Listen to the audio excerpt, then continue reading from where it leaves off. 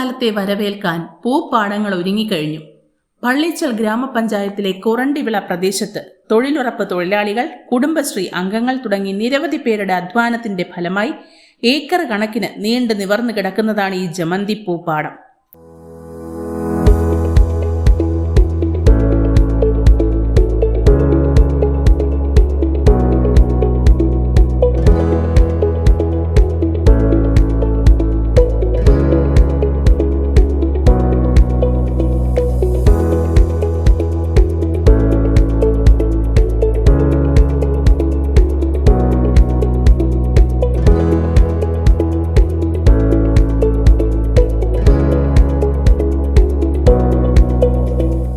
മറ്റൊരു സ്ഥലമായ കള്ളിക്കാട് ഗ്രാമപഞ്ചായത്തും കൃഷിവകുപ്പും സംയുക്തമായി സംഘടിപ്പിക്കുന്ന പൂവനി പദ്ധതിയുടെ ഭാഗമായി 2 ഏക്കറോളം ഗ്രാമപഞ്ചായത്തിലെ പല ഭാഗങ്ങളിലായി പൂക്കൃഷി ചെയ്യുന്നു.